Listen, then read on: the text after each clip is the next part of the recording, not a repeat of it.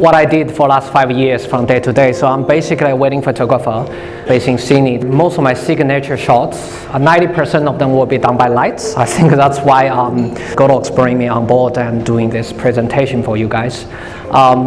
For the rest of the day, I'm going to share with you some of my tips, how I use different lights from V1, which is 70 watts, to AD200, which is 200 watts, all the way to AD400 and 600.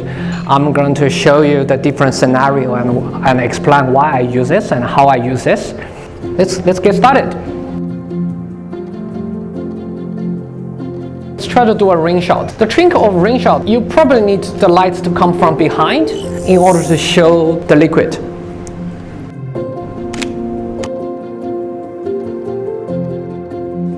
So if the light coming from the back to lead your liquid, then the next thing you should think about is the background, right? It's too dark.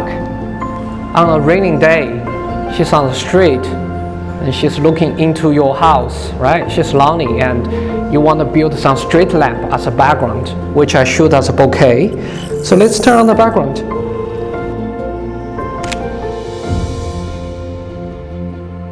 If you're shooting with one light, it's not natural, it's probably need to go off camera.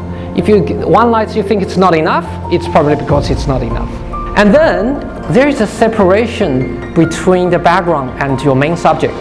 That's why I'm adding two V1 with grid, with random color gels, two different color gel. I think I'm using one bluish pink